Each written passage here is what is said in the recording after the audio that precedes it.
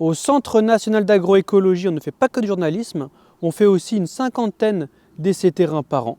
Et aujourd'hui, on vous présente notre rapport d'essai 2023-2024.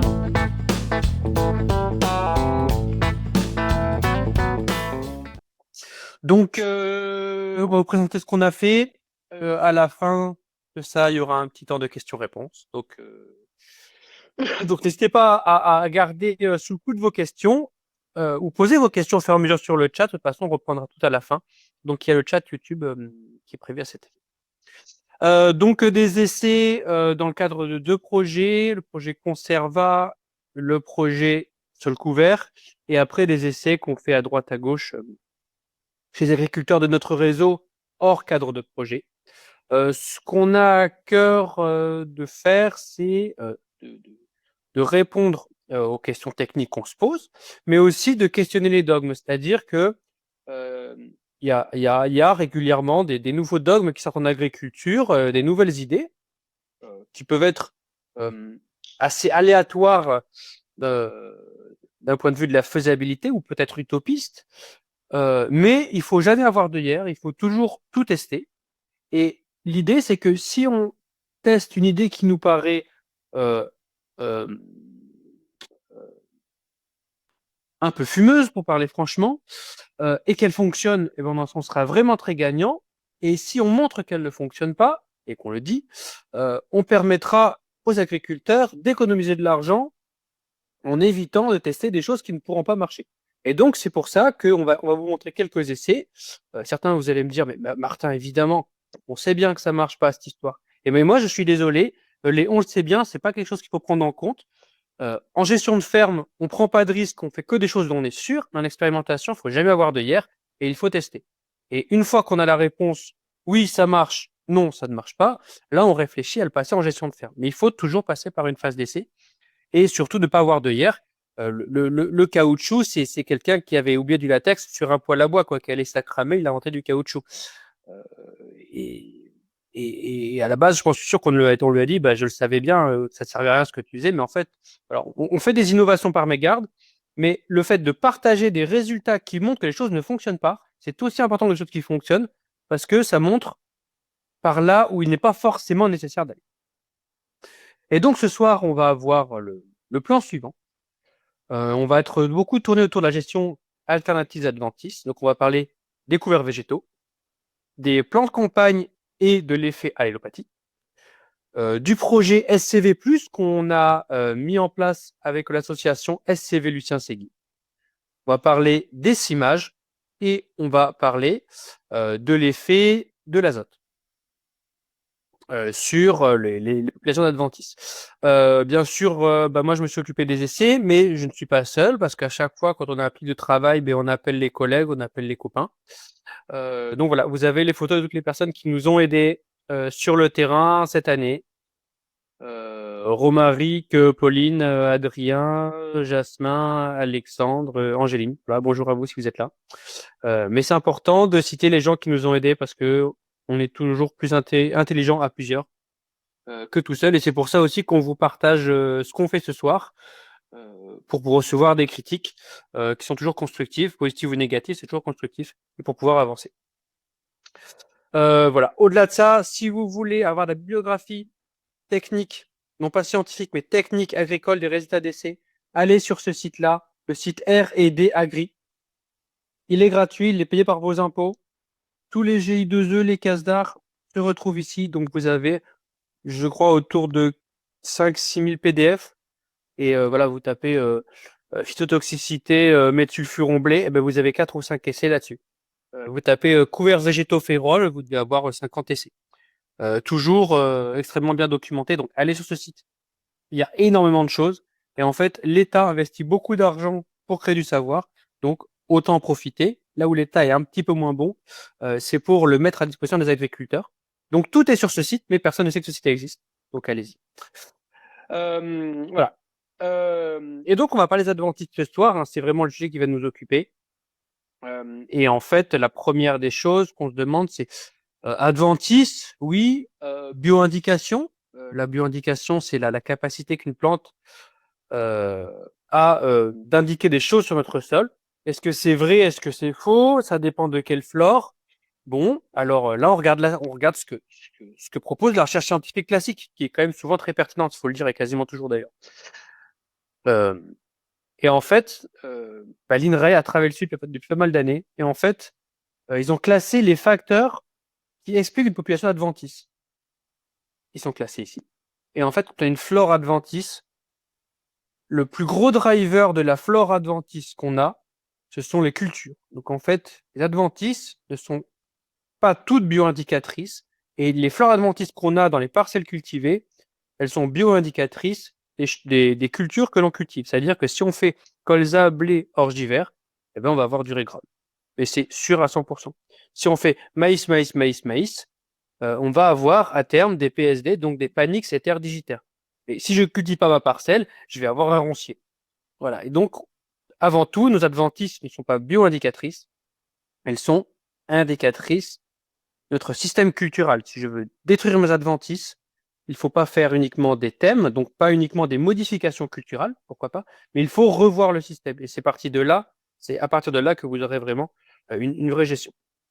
Et donc, voilà, donc ça c'est un article, c'est un article de la revue TCS écrit par l'INRA. Cet article est écrit par l'INRA, hein, de la revue TCS. Vous le trouverez sur Internet, sans souci, là, avec ses livrets gratuits.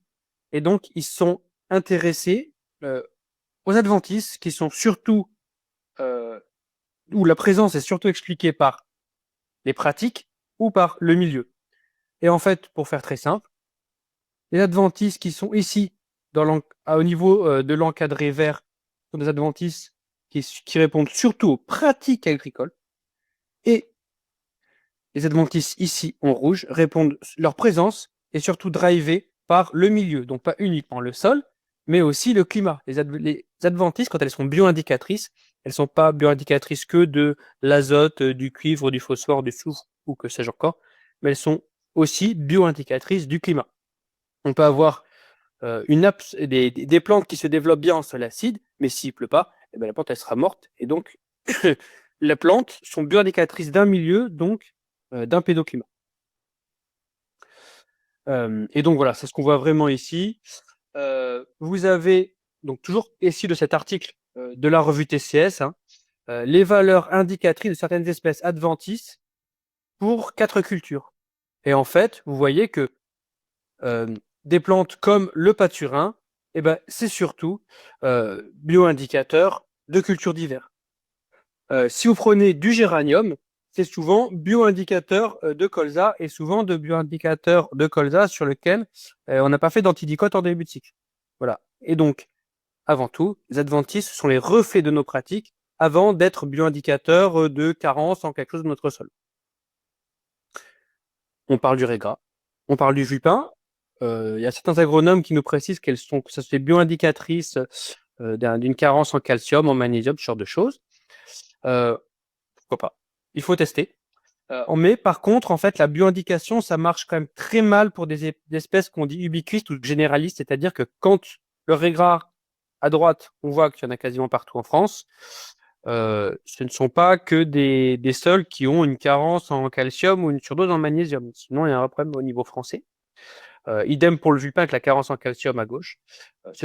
La bioindication, quand il y a des plantes qu'on retrouve partout, en fait, la plante est bioindicatrice de sol cultivé à terme.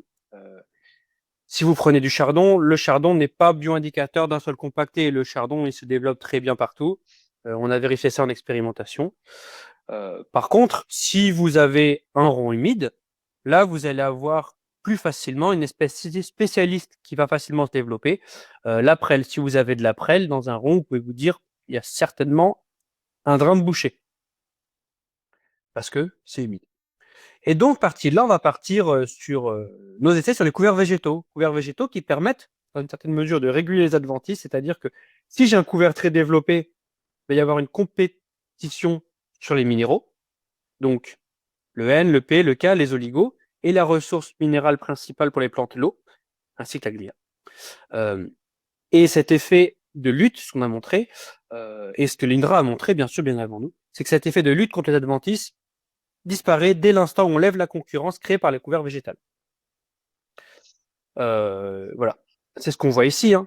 C'est ce que nous montraient les essais Arvalis-Inrae. Vous avez ici la biomasse adventice, la biomasse du couvert. Pardon. Et vous voyez que plus il y a de couverts, et moins vous avez d'adventice en termes de biomasse au sein de ce couvert. Par contre, dès l'instant où le couvert est détruit, avoir un couvert qui était propre ne garantit absolument pas le fait d'avoir une culture propre derrière.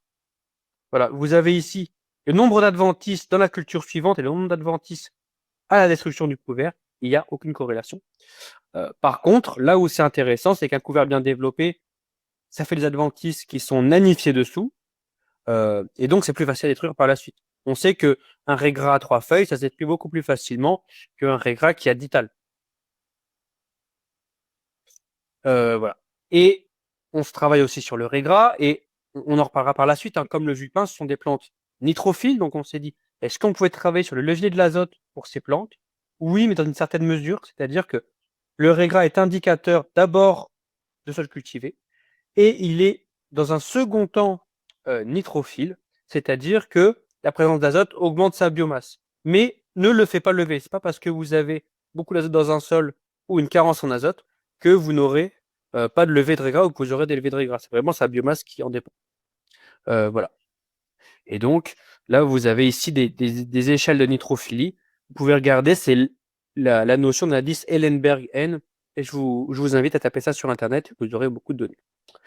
Voilà, mais je passe. Et donc, on va arriver à notre premier essai. Essai qui a été fait dans le département 27, chez mon ami Christophe. Bonjour Christophe. L'idée, c'est de dire, OK, je veux faire des couverts pour avoir un sol protégé l'été, éviter la perte d'azote à l'automne parce que le couvert aura pompé ce qu'il y avait l'été. Très bien. Et avoir des petites adventices, comme ça, je vais pouvoir plus facilement les détruire à l'automne. Le problème, c'est que j'aime faire des couverts en tant qu'agriculteur, pas de souci. Sauf que l'été, j'ai trop de travail. Il faut moissonner. On sort de 2 années humides, les moissons n'en finissent pas. Après, je dois tout de suite enchaîner pour les SMIC colza. J'aimerais bien prendre un petit peu de vacances pour souffler. J'ai pas le temps de semer les couverts, même si je suis de très bonne volonté. Et donc l'idée, c'est comment semer un couvert sans rien faire. Et donc là, c'est une innovation qu'a fait Christophe, hein. Moi, j'ai juste le comptage de couverts. Il a mis en place un épandage à la volée des graines de couvert sous la batteuse. Donc, différentes espèces testées, facélie, moutarde, radis, sorgho, sarrasin, niger, moa, luzerne, et un mélange lin, vesse, févrole. Et vous avez la plateforme d'essai que vous voyez ici. On voit ici le détail. Donc, la plateforme est assez grande quand même, hein. Ça, là, ça fait 6 mètres dans ce sens-là, et dans ce sens-là, ça fait 5 mètres. Donc, il y a à peu près 90 modalités. À chaque fois, les espèces ont été mises en pur aux dates précédées juste avant. À cela, on a croisé 3 gestions de travail du sol intact, un coup de disque post-moisson et un coup de herse à paille post-moisson. Une modalité ici, les pailles ont été exportées. Ici, les pailles moissonnées les haras, donc pailles broyées. Et ici, moissonnées haut, et à chaque fois avec les mêmes espèces. Et on a pesé tout ça le 5 octobre en faisant à chaque fois 3 répétitions de pesée par carré pour pouvoir avoir quelque chose d'exploitable, parce que si on met le quadrat là où on se fait plaisir avec le beau couvert ou dans le trou, et on a des données faussées, d'où l'intérêt de répéter au moins à chaque fois 3 fois la mesure. On a dès le début du cycle fait un comptage de levée. On voit que la luzerne a très bien levé, étonnamment. On voit que le lin a aussi bien levé.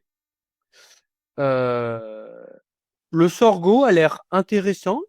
Le sarrasin, très bien. Facélie, par contre, c'est vraiment pas terrible.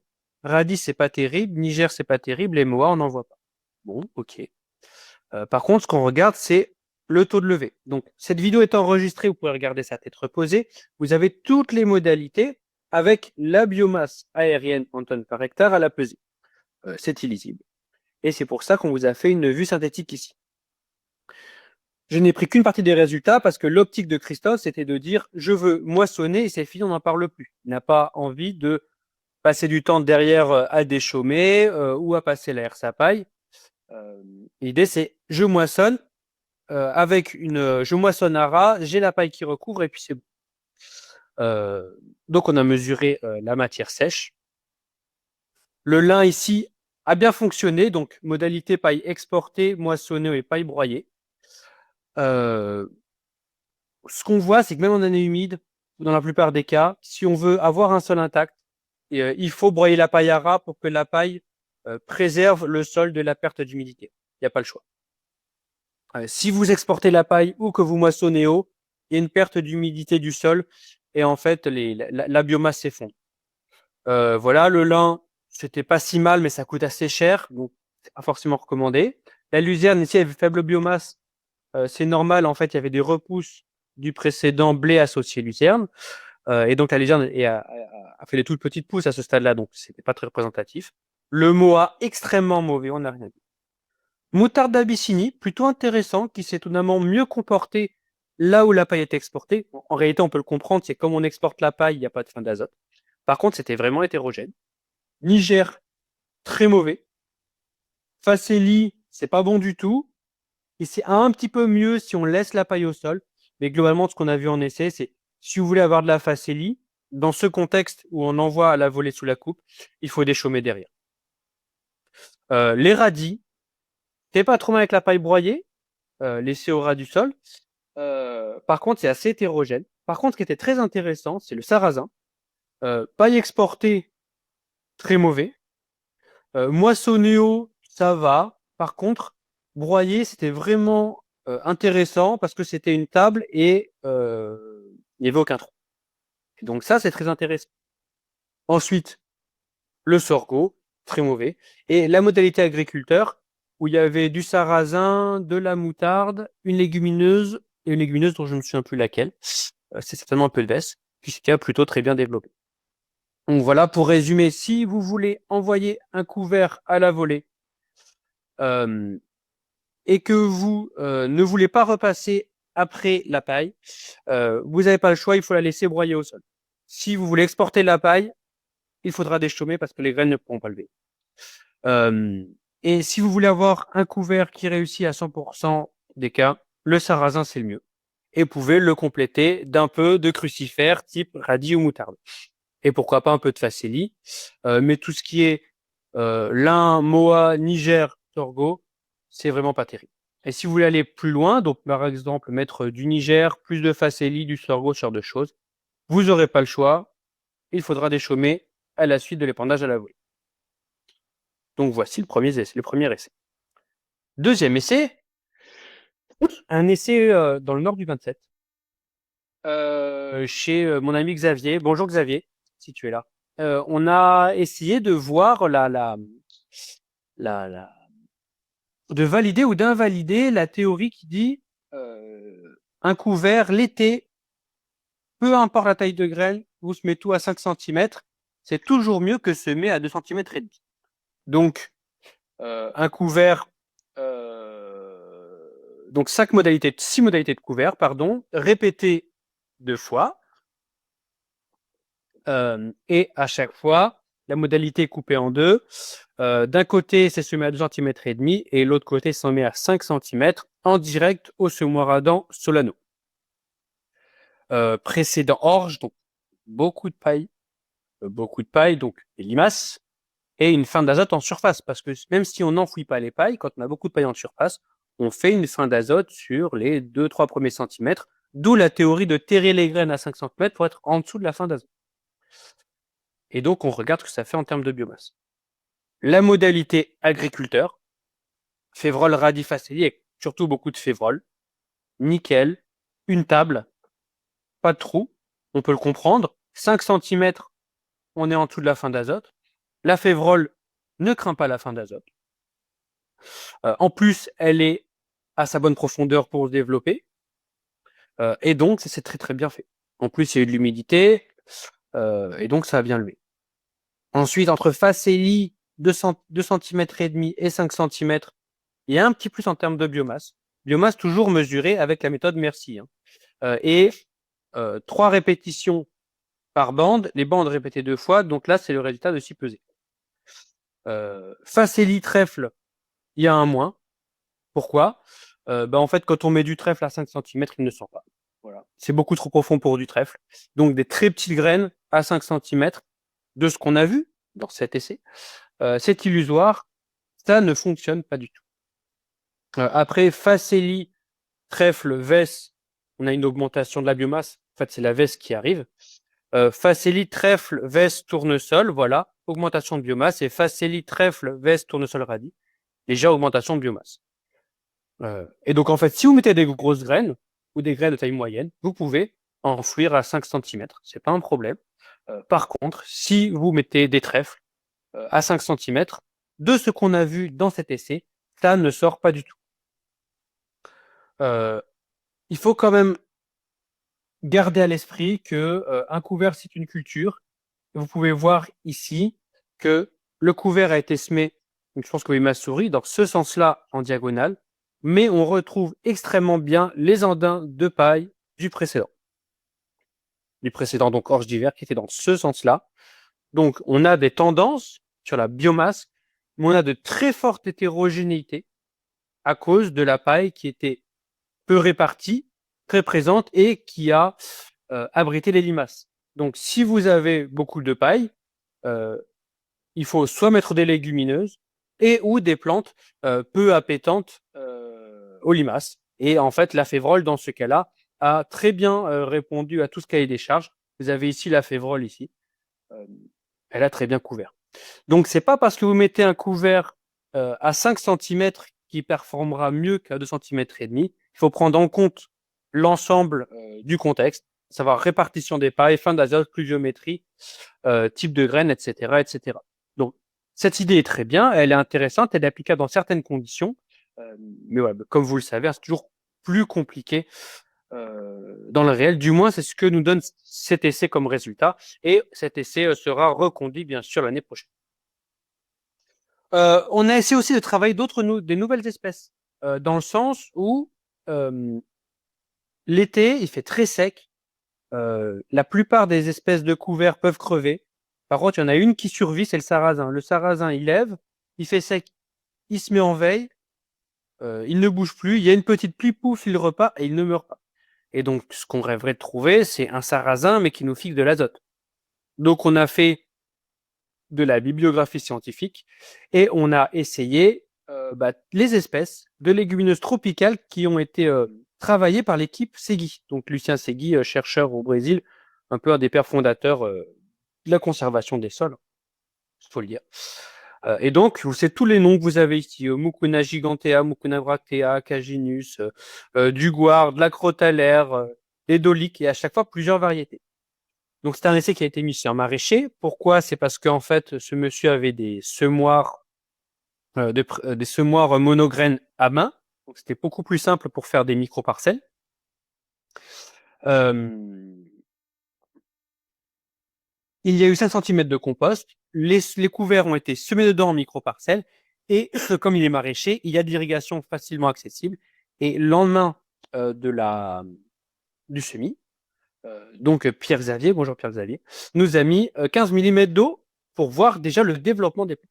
Ce qui s'est passé, c'est que en fait, le compost était rempli de graines d'amarante et de graines d'échinopode, ce qui fait qu'il y a eu un développement extrêmement fort des adventices, euh, et par conséquent, on n'a pas du tout vu toutes ces espèces tropicales. Donc, deux options, soit c'était un mauvais lot de graines, soit c'est les adventices qui l'ont étouffé. Dans les deux cas, le résultat est le même, ça n'a pas poussé. Et moi, je veux que les légumineuses fixent de l'azote, poussent en conditions sèches, mais aussi écrasent l'adventice. Si elles en sont incapables, ça ne m'intéresse pas. Donc, on réitérera l'essai avec d'autres lots de semences, parce que on a essayé dans le cas particulier de la Mucuna gigantea de la faire pré-germer, mais elle n'a pas germé. Donc, on peut supposer qu'on avait un mauvais lot de semences, donc on réitérera l'essai. Par contre, on a eu quelques surprises intéressantes, c'est que le millet, le chéa et le sarrasin ont complètement écrasé le développement euh, du quinopode et de l'amarante. C'était vraiment une table. Donc là, ici, vous avez des développements énormes en termes de matière sèche aérienne par hectare. Faut pas oublier qu'on était sur des sols extrêmement fertiles en termes d'azote et avec irrigation. Donc là, on enlève tous les facteurs limitants. Aussi un autre essai On parle de rémanence de phyto sur les couverts végétaux, notamment vis-à-vis des antidicotes qu'on met en fin de cycle sur les céréales.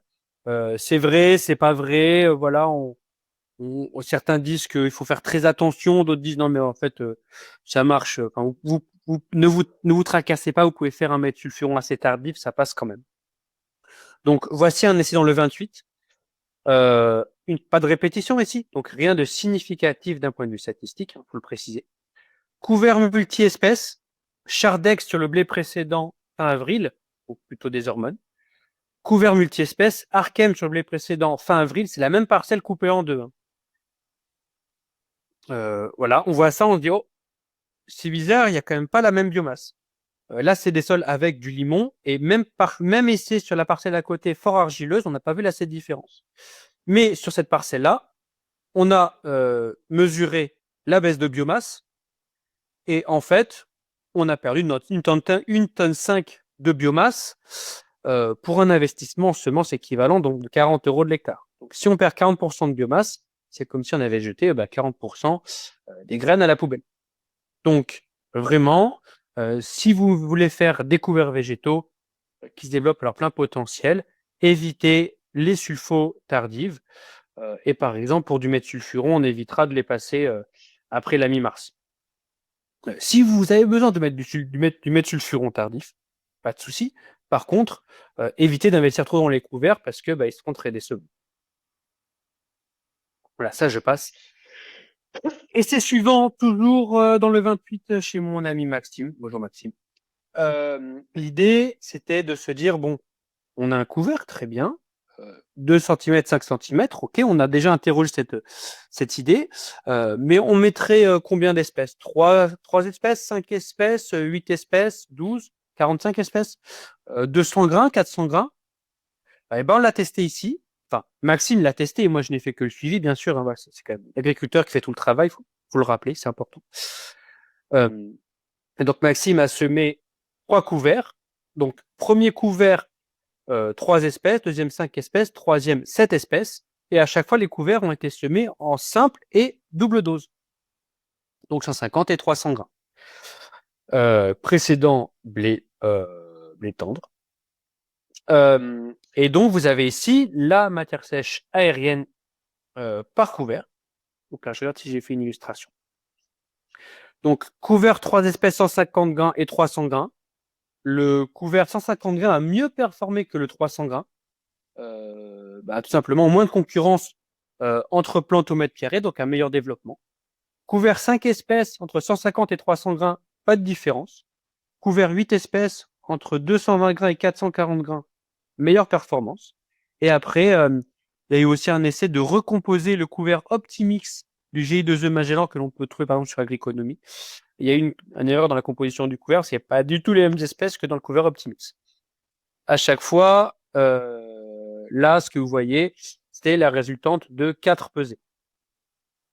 Et donc, on s'est intéressé au retour économique de ce couvert en se disant, bon, on peut mesurer la valeur d'un couvert en regardant combien il a emmagasiné d'azote et de soufre, parce que sinon, ce sont des éléments minéraux qui se répartissent à la nappe phréatique. On n'a pas compté le phosphore et la potasse, parce que ce sont des éléments très peu lessivables et qui sont déjà dans le sol. Donc, on a regardé l'investissement du couvert en termes de graines. On a rajouté le semi-direct, donc à la dent, de 40 € de l'hectare, comparé à la valeur du couvert en termes d'unité d'azote à 1 € l'unité, et vis-à-vis du soufre à 50 centimes de l'unité. Et on peut voir que ici, les seuls couverts rentables en termes d'unité, ce sont les couverts 5 espèces 150 grains et le couvert 8 espèces de 120 grains. Si on voulait résumer ce qu'on a pu voir, c'est qu'en fait, il n'y a pas forcément besoin de faire forcément 400 grains au mètre carré et 5 espèces. Au-delà de ça, il faut surtout réfléchir le nombre, lesquelles espèces on choisit pour avoir quelque chose d'optimal. Globalement, en essai, si on fait une synthèse de tout ce qu'on voit dans la plaine, de ce que nous on a pu faire, n'allez pas au-delà de 5 espèces, on augmente très rarement la biomasse. Vous voyez, 5 espèces, 8 espèces, la biomasse est la même. Et après, l'idée, c'est de mettre un maximum de grains au mètre carré Par contre, gardez à l'esprit que si vous avez des espèces qui talent énormément, il n'y a pas forcément besoin de mettre énormément de graines, parce que si vous mettez l'espèce qui tale et vous mettez beaucoup trop de graines, chaque plante sera en concurrence avec ses voisines, et donc on aura une biomasse globale du couvert qui va baisser. Et globalement, parce qu'on parlait d'adventices, on a compilé une partie de nos essais couverts ici, donc biomasse couvert et biomasse adventice, totale par hectare, donc aérienne plus racinaire, et on retrouve la tendance d'Arvalis, où plus on a un couvert qui a fait de la biomasse, et plus adventices sont nanichées par le couvert. Elles sont bien présentes sous le couvert. Par contre, toujours une adventite est plus facile à détruire quand elle est jeune et petite que quand elle est grande et très développée. Voilà. On a aussi travaillé un peu les couverts permanents en se disant, est-ce qu'un couvert permanent régule les adventices? Vous allez me dire, bah, Martin, non, pas du tout, c'est évident. Bah, en fait, c'est important de se poser les questions, donc on l'a refait. Et donc, ça a été un essai malencontreux, en fait, où c'était un essai de blé associé lotier, où en fait, le lotier était très puissant, mais surtout, le semis était fait en très mauvaises conditions à l'automne 2023 à cause de l'humidité, et donc il y avait quasiment pas de blé. Le choix a été fait par l'agriculteur de ne pas réguler et de limiter les frais et de faire une fauche du couvert permanent. Et ce qu'on a pu voir, c'est qu'en fait, un couvert permanent régule les adventices quand il couvre plus de 80% de la surface d'une parcelle. Par contre, aucune culture ne peut supporter une telle couverture de sol. Vous avez en bleu les points des essais Magellan et en jaune, on a rajouté nos points à nous des essais de cette année, donc sur 2 sites. Et en fait, effectivement, les couverts permanents contrôlent les adventices, mais ça ne peut être envisagé que à l'interculture. En culture, si vous visez un contrôle de vos mauvaises herbes par les couverts permanents, vous n'aurez pas de rendement. C'est aussi simple que ça. Parce qu'il y a une concurrence beaucoup trop forte sur les adventices, mais hélas sur la culture aussi. Et c'est suivant, biomasse de mes repousses de colza. Si je veux de la biomasse, est-ce que je dois les déchaumer ou pas? Là, je regarde l'heure qu'il est. 49, très bien. À gauche, colza intact, une tonne de matière sèche, donc toujours avec des répétitions. Hein. Une tonne de matière sèche. Chez mon ami Guillaume, je pense que tu es là, Guillaume, sur YouTube, donc bonjour Guillaume. Même si on a discuté tout à l'heure au téléphone. Bref, une tonne de matière sèche sur le colza intact. 30 unités d'azote piégées. Okay. Colza déchaumé. 2,6 tonnes de matière sèche par hectare. Donc, 75 unités d'azote piégées dans le couvercle. Très bien, on va se dire, il faut déchaumer. Ça dépend de nos objectifs. Si votre objectif, c'est d'avoir de la biomasse, ce n'est pas nécessaire. Parce qu'en fait, le colza, c'est une nitrophile et donc piège l'azote. Le déchaumage a minéralisé et donc a augmenté la biomasse du colza. Donc, si votre but, c'est d'avoir des belles repousses, n'investissez pas dans du déchaumage, c'est inutile. Par contre, si vous voulez mettre un travail de sol pour d'autres raisons agronomiques, alors là, oui, pourquoi pas, il faut y réfléchir. Alors, attendez, je regarde. Oui. Donc, toujours sur les repousses de colza, qui sont un couvert gratuit qui fait très bien le travail. On a mis en place un essai donc avec Jasmin, chez mon ami Christophe. Jasmin, donc l'apprenti du Centre national d'agroécologie. On a regardé l'effet des repousses de colza et le fait de les garder ou de les détruire avant le semis du colza vis-à-vis des attaques de limaces. Donc sur un blé en semi-direct. Et ce qu'on a pu voir, c'est que qu'on ait des repousses de colza qui étaient laissées intactes jusqu'à la veille du semis ou qui étaient détruites 3 semaines avant le semis, on avait dans cet essai, dans cette parcelle, le même nombre de limaces sur les deux modalités. Par contre, quand on regarde le nombre de feuilles attaquées sur 50 cm linéaires, le tout avec répétition, bien sûr, on voit qu'on a, de manière non significative, un taux d'attaque plus fort quand le colza a été détruit longtemps en amont du semis du blé. Il y a une population de limaces qui survit, on lui enlève son repas favori, et donc elle se reporte sur le blé. Par contre, s'il y a encore des repousses de colza, ça nous permet de limiter la pression jusqu'à l'arrivée du froid, où les limaces se mettent en dormance. Et dans les deux modalités, on a regardé pour chaque feuille attaquée le pourcentage de feuilles qui étaient défoliées, et il n'y avait pas de différence. Donc, un essai intéressant qui montre que les repousses de colza dans le blé ont un effet pour préserver des limaces. Par contre, c'est un essai une fois, c'est une première tendance, donc à ne pas prendre pour argent comptant. On réitérera ça dans les années à venir et en multisite pour voir si cette tendance est confirmée. Ça, c'était la première partie. Donc, c'est dense, hein. Bien sûr, vous pouvez le revoir en replay, ce webinaire. Maintenant, on va parler des plantes compagnes et de l'effet de la hélopathie. Donc, c'est une discussion qu'on avait avec un agriculteur qui disait, ah voilà, j'aimerais bien mettre du sarrasin avec le blé pour avoir un effet à l'hélopathie. Au premier abord, on va se dire, mais non, on va faire ça, c'est évident. Mais je me suis dit, bon, si ce monsieur me pose la question, c'est qu'il ne doit pas être le seul dans la plaine à se poser cette question.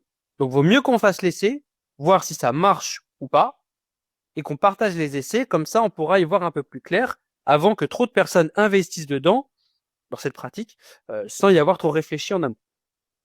Donc, un essai dans le département 27, avec du blé associé sarrasin, lupin et févrole. On a regardé le taux de levée avec herbicide et sans herbicide. Donc, herbicide, c'est décicomplide puis Fosbury sur un blé.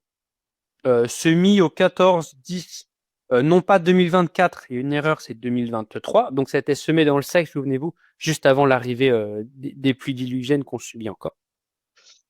Et pour faire très simple, ce qui s'est passé, c'est que ça n'a pas du tout été satisfaisant. Le lupin, la févrole, ici ont mal levé, mais en plus n'ont pas du tout un développement assez fort pour pouvoir faire la moindre concurrence chez Adventis. Et en plus, le sarrasin ne gèle pas, enfin gèle, mais en Normandie, il ne gèle pas encore au moment du semis. Par contre, il faut savoir que le sarrasin, il a un zéro végétatif pardon, de 7 degrés, c'est-à-dire que en dessous de 7 degrés, il ne pousse plus. Donc, le sarrasin a levé, modalité non traitée, hein, à peu près, suivant les répétitions, 25-30% en moyenne de taux de levée. Sauf que le sarrasin, il s'est bloqué à 2 feuilles et il n'a plus du tout bougé. Et donc, on n'a eu aucune expression de l'allélopathie. Et donc, on n'a eu aucun contrôle des mauvaises herbes sur ces modalités. Donc ça, c'est en Normandie. On a aussi répété sur un autre site, cette fois au nord du département 27, avec du sarrasin à 40 kg et à 80 kg. Pareil, aucun effet. Et un essai dans la Nièvre, donc dans le 58, avec sarrasin à 20 kg, 35 kg, 40 kg, 60 kg et 80 kg. Pareil, aucun effet. Donc, et avec et sans herbicide, hein, toujours la comparaison.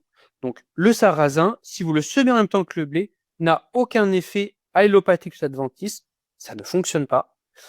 Ne faites pas l'essai. Donc là, voilà, ce sont des essais, on défraie les agriculteurs pour ça, mais ne faites pas ça, ça ne fonctionne pas. Simplement, c'est que pour qu'un sarrasin ait un effet sur le contrôle adventices, il faut qu'il couvre la parcelle, il faut qu'il y en ait partout et qu'il soit bien développé. Et un sarrasin qui lève et qui se bloque à 2 feuilles n'a aucun effet sur le contrôle des adventices. Donc, blesser sarrasin n'est pas une bonne idée. Voilà. Et il faut savoir que l'allélopathie, en fait, c'est un truc qu'on ne comprend pas trop.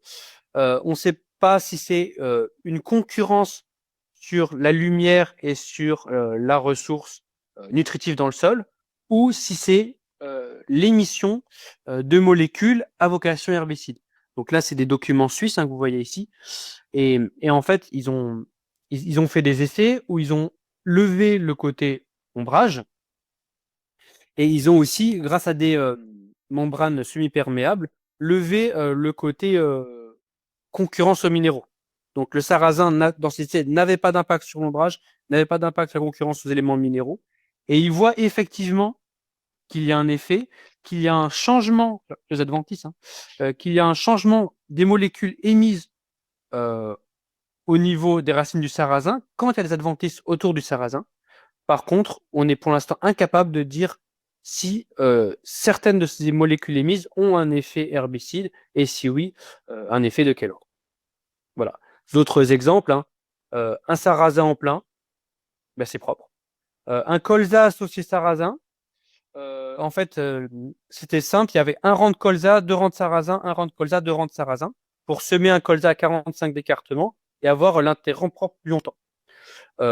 Ça marche à peu près. En fait, ce qui se passe, c'est que au pied du sarrasin, il n'y a pas d'adventice. Par contre, entre deux rangs, il y a des adventices.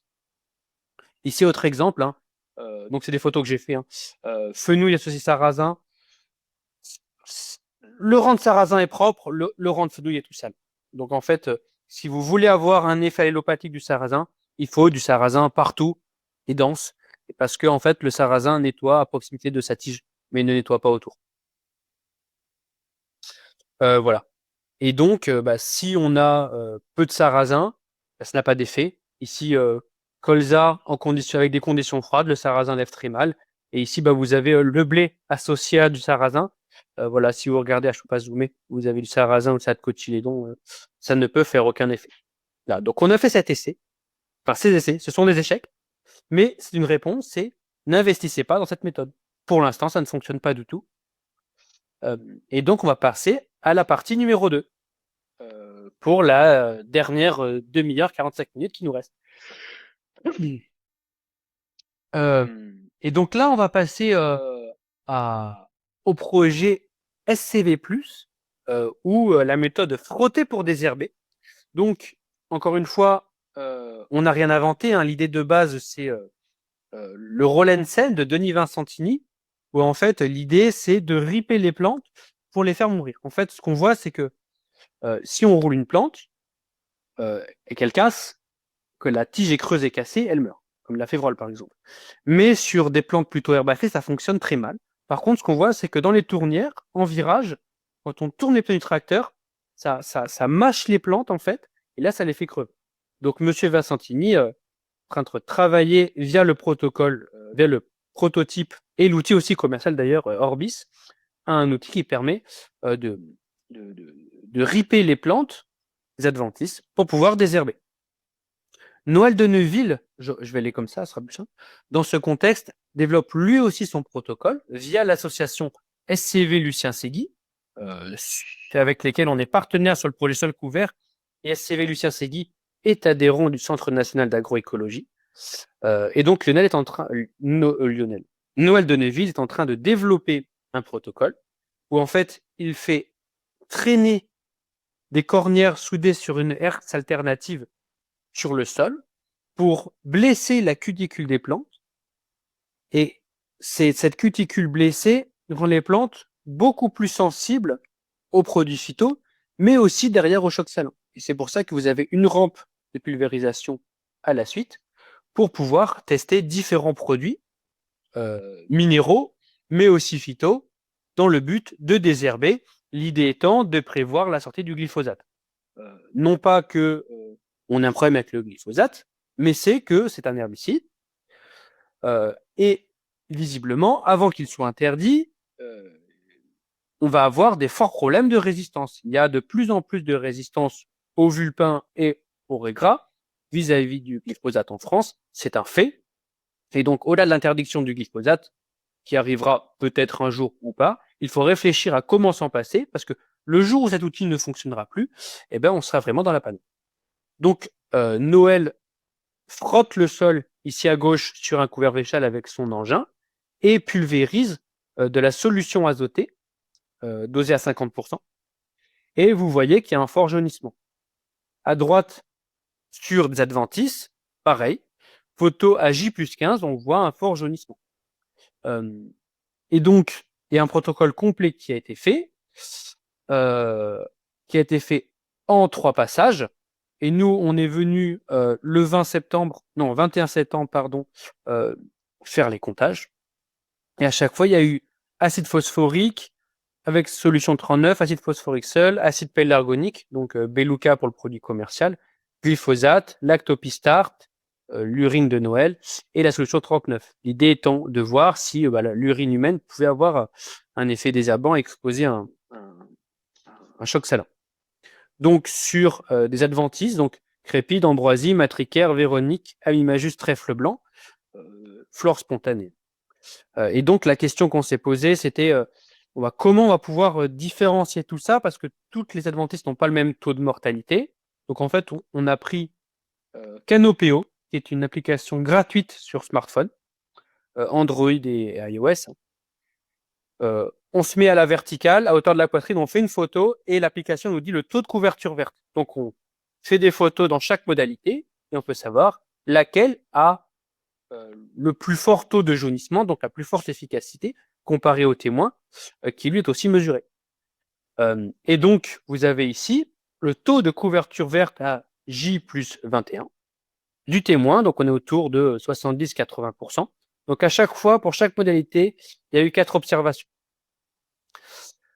Solution 39, SCV plus seul, donc l'engin seul, acide phosphorique, acide pélargonique, glyphosate, toupie, donc c'est de l'urine lacto-fermentée, l'urine de Neuville, la solution 39. Donc voilà, vous avez la dispersion des points. Donc vous pouvez à première vue voir quelle modalité a eu le plus fort effet en termes de régulation de la couverture adventice. C'est le glyphosate et c'est aussi l'acide pélargonique. Ça, c'est à première vue. Après, on peut regarder les groupes statistiques. Donc, si vous avez aucune lettre en commun entre deux modalités, c'est qu'il y a une vraie différence statistiquement parlant. Par exemple, entre A et AB, il n'y a pas de différence, mais entre A et BCD, il y a une différence parce qu'il n'y a aucune lettre en commun. Par contre, A et AB, c'est pareil. AB et ABC, c'est pareil. Et AB et BCD, c'est pareil parce qu'à chaque fois, il y a une lettre B qui arrive. Et donc, on a regardé le pourcentage de couverture verte au fur et à mesure du traitement. Donc, 5 jours, 14 jours et 21 jours. Donc, c'est 21 jours qui nous intéressent, qu'on veut voir l'effet à quel point ça remonte au bout de 21 jours. Et en fait, le glyphosate, ça marche bien. Le Beluca, ça marche bien, c'est ici, mais c'est très très cher. Ensuite, vous avez la modalité ronde, donc c'est acide phosphorique plus N39. Et après, on arrive sur d'autres modalités, acide phosphorique, etc. Donc, c'est des choses qui sont encore à travailler. C'est un premier prototype. Noël est encore en train de travailler sur un nouveau prototype pour faire du désherbage intérant. Donc, c'est à réfléchir. On en est au tout premier balbutiement. Donc, pour l'instant, on voit des tendances. On arrive effectivement en mettant de la solution azotée et en frottant les plantes à brûler. Par contre, l'idée, c'est faut travailler la pulvérisation, faut travailler l'adjuvantation, travailler les conditions de pulvérisation, taille de goutte, etc. Donc il y a un gros travail qui s'annonce et on en est au tout début. Voilà. Autre solution pour gérer les adventices de manière alternative, c'est l'essaimage chimique, mais aussi mécanique. Mécanique, voilà, on se dit voilà, j'essime très bien, mais combien de pourcentage d'épis de raies ou de vulpin j'arrive à attraper au-dessus de mon blé? Donc là, on a suivi une parcelle qui était estimée par mon ami Kevin. Bonjour Kevin, si tu nous regardes.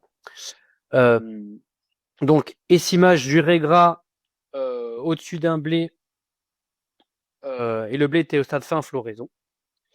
Et globalement, ce qu'on voit, vous avez la moyenne ici. On arrive à estimer autour de 55% des épis de raies gras.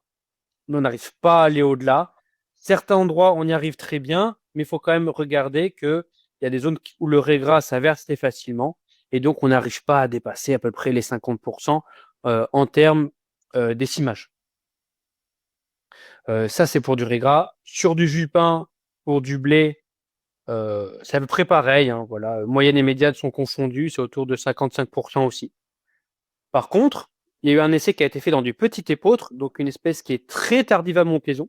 Et donc, on peut estimer beaucoup plus bas. Et là, on arrive à attraper beaucoup plus d'épis de vulpin. Piste suivante, donc là, c'est de l'expérimentation. Et bien sûr, on ne recommande pas de le faire chez vous.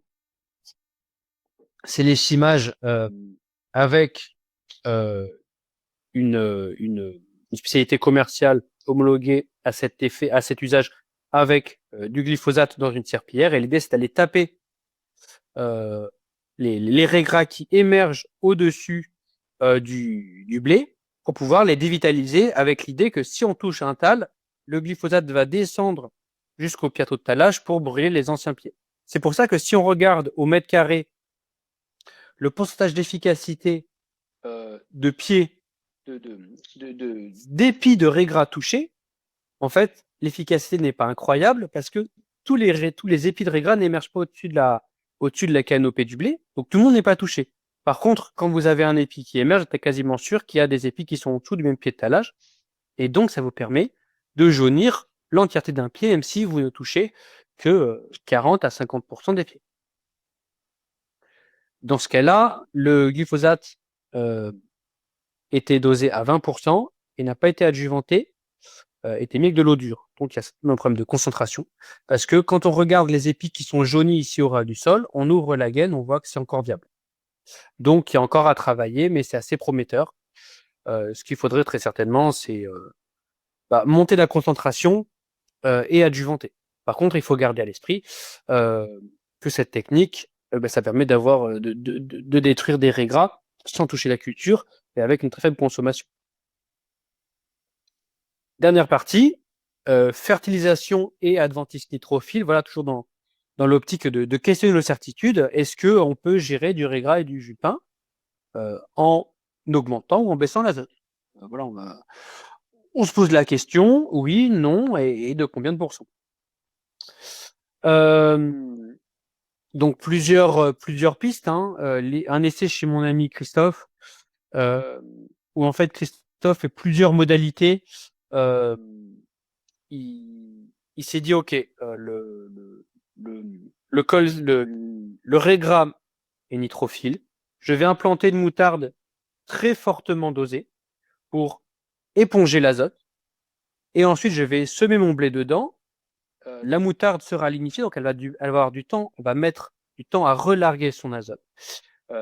Et ainsi, il y aura moins d'azote à l'automne, donc du moins pas en surplus vis-à-vis de ce que le blé a besoin, et ça fera toujours moins de carburant pour le raigrats. Mais donc, ça ne changera pas son taux de levée, mais ça limitera sa biomasse. Ici, vous avez l'effet sur le rendement. Ce sont des zones intermédiaires, hein, aucun effet sur le rendement. Et voilà, je ne sais pas mis ici, moi j'ai compté le nombre d'adventices vis-à-vis du raigrats. Voilà, le problème pour nous, mais tant mieux pour Christophe, c'est que cette parcelle était très propre. Et donc, entre la modalité avec et sans moutarde implantée en direct, il n'y avait aucun impact à la gestion de cette adventice. Simplement parce que la parcelle était très propre. Hop là, ça je vais passer. On a aussi regardé l'effet de la dose d'azote totale sur le nombre de vulpins au mètre carré. Donc sur un blé en direct, avec de la luzerne associée dedans, chez mon ami Maxime. Bonjour Maxime. Et on a questionné aussi un autre, donc toujours avec répétition bien sûr, une autre certitude, pas certitude ou assertion qui est dite dans les milieux ACS, comme quoi conservation des sols, on pouvait faire un monoapport d'azote. Ça suffisait largement parce que le sol est vivant et compense le fait de faire un monoapport. Le monoapport a été fait ici avec 160 unités en un passage. Et vous voyez que 160 unités en un passage, ça fait 65 quintaux. 160 unités en trois passages, ça fait 75 quintaux. Donc un monoapport, ça coûte 10 quintaux. Ou dit autrement, vous voyez ici que les 140 unités en trois passages, ça fait plus de rendement que 160 en un passage. Donc dans cet essai, on voit qu'il faut clairement fractionner l'azote. Aussi, il y a eu des essais qui ont été faits avec des produits comme du Bluene ou du Vixferran. On voit qu'on n'a pas d'effet sur le rendement, que ça soit à 150 unités, que ça soit à 110 unités ou sans azote. Donc voilà, on a regardé le nombre de vulpins au mètre carré et le nombre de tales de luzerne associées au blé en SD. Donc là, on voit et on se dit, ah oui, quand même, hein, plus je mets l'azote, et plus j'ai de tales de vulpins au mètre carré. belle représentation graphique, hein, qui recoupe la moyenne de plusieurs répétitions échantillonnées. Par contre, attention avec les représentations graphiques, parce que ça peut être trompeur. Il faut toujours faire des statistiques pour voir si ce que nous dit notre œil et ce que on voit en représentation graphique, si ces différences sont des différences réelles. Parce que là, vous ne voyez que les moyennes. Et donc, on a fait un test statistique avec le nombre de vulpes en mètre carré et la dose d'azote. Et ce que vous voyez, c'est que vous avez les groupes statistiques. Et donc, pour rappel, si vous avez une lettre en commun, il n'y a pas de différence. Donc, en fait, entre 0 azote et 160 unités d'azote, il n'y a pas de différence statistiquement significative. Et entre 80 et 180 unités d'azote, il n'y a pas de différence statistiquement significative. Par contre, entre 0 et 180 unités, il n'y a pas la même lettre, et donc là, il y a une différence. Pour faire simple, dans cet essai, et on va le reconduire l'année prochaine, bien sûr, on voit une tendance à l'augmentation du nombre de thalles de vulpins au mètre carré avec la dose d'azote qui augmente. Par contre, d'un point de vue objectif, cette différence, elle est réelle que si on n'a pas d'azote. C'est-à-dire que si vous voulez pas de vulpin dans votre culture, ne mettez pas d'azote. Si vous mettez de l'azote à dose réduite, vous n'aurez pas d'effet comparé à une fertilisation classique. Donc, ce n'est pas en baissant la dose d'azote au printemps sur vos céréales que vous pourrez gérer vos vulpins. Donc là, on voit que à 0 unité d'azote, il y a eu une baisse, enfin, il y a eu statistiquement, de manière statistiquement significative, moins de vulpins au mètre carré. Par contre, cette tendance, on ne l'a pas retrouvée ici. Donc, c'est un essai qu'on avait fait avec la méthode APN. Vous mettez APN sur Google, c'est en fait une méthode où on détourne un N-testeur pour faire une nutrition à tous les stades de la plante. Donc, il y a eu la méthode bilan, la méthode APN, un témoin surfertilisé et un témoin zéro fertilisation. Vous avez ici le nombre de vulpins au mètre carré. Et ce qu'on voit, c'est qu'il n'y a aucune différence significative entre 0 azote, bilan et APN. Donc, encore une fois, si vous voyez un résultat sur un essai, il faut toujours prendre ça avec des pincettes parce que ça peut être contredit par un autre essai. Donc voilà, là, on a deux essais qui se contredisent. Un qui vous dit, je mets pas d'azote, j'aurai moins de vulpins. Un qui dit, j'ai tout autant de vulpins au mètre carré. Mais on peut dire qu'en tendance, voilà, ce qu'on voit ici, c'est que plus on charge en azote, plus on aura de vulpins. Mais encore une fois, ce n'est pas un bon levier pour gérer vos vulpins. Si vous voulez avoir moins de vulpins, il faut faire une rotation. Voilà. Petit dernier essai, je vais vous montrer ça très rapidement. Donc, souvenez-vous, l'essai semis à la volée, donc c'était au tout début donc dans un blé, où il y a différentes modalités de gestion de la paille, paille broyée, laissée au sol, paille exportée, paille en brin long, avec et sans couvert.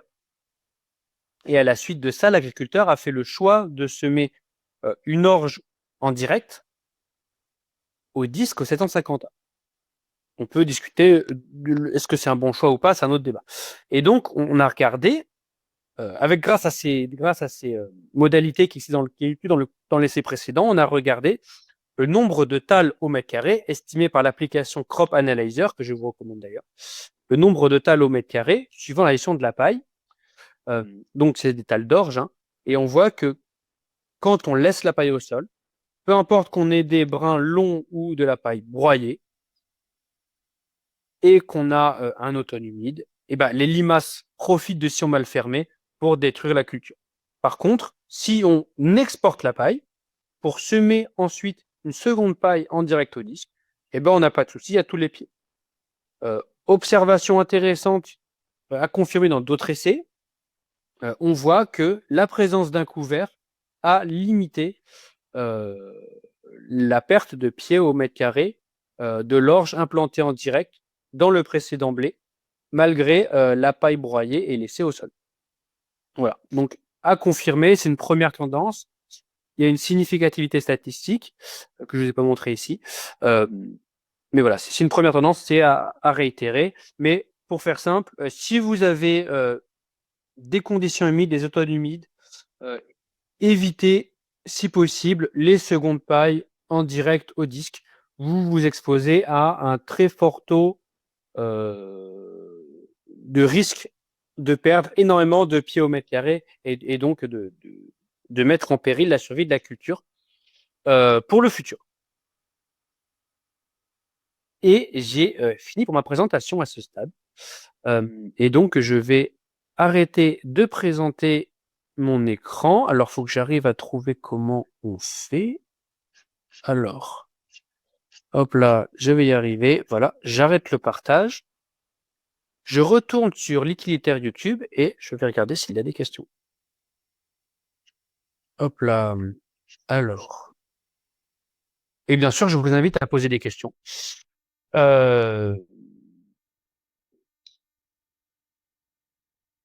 Alors, je vois Christophe, Christ75 qui nous dit pour le couvert semé le 18 juillet dans le 27, faisait-il assez chaud? Oui, c'est une question qu'on peut se poser.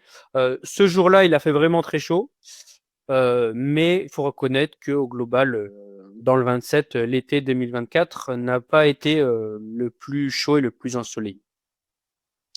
La pluviométrie entre l'application de l'Archem et les semis du couvert dans le 28, il a beaucoup plu, mais je n'ai pas le chiffre précis à vous donner.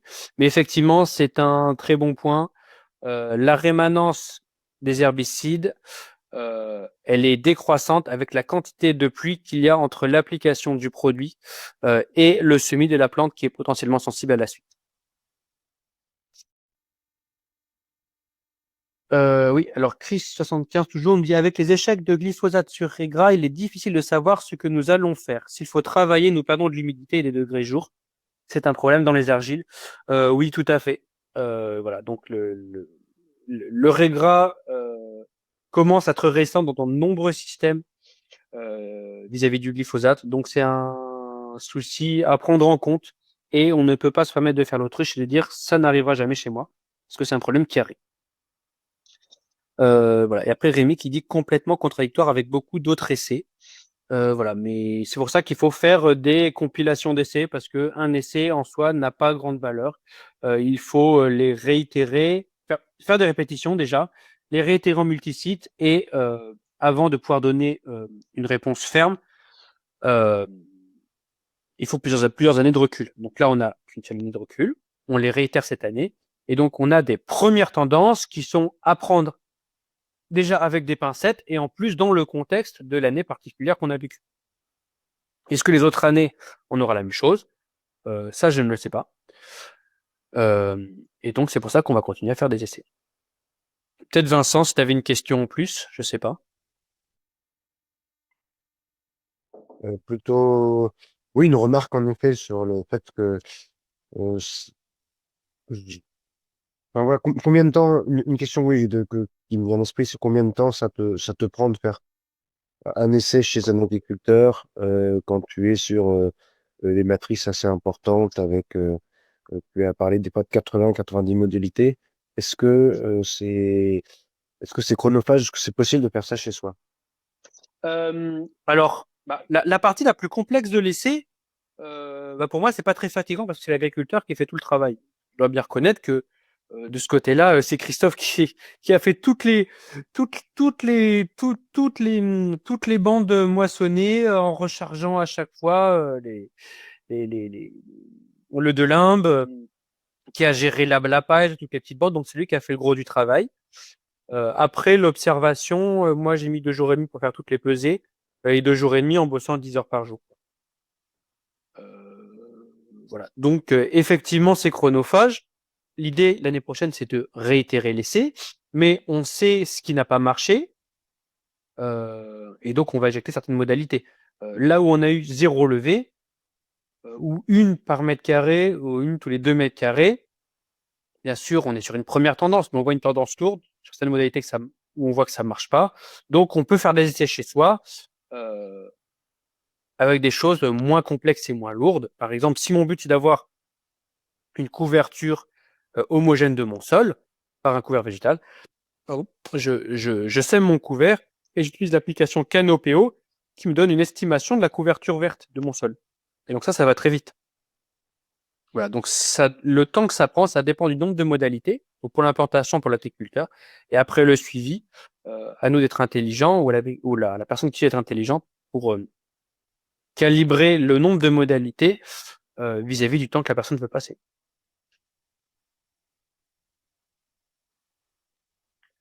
Voilà. Je regarde s'il y a d'autres questions. Non, je ne vois pas d'autres questions. Euh, et ben dans ce cas-là, je pense qu'on a fait le tour. Peut-être Vincent, si tu veux dire un petit mot de la fin.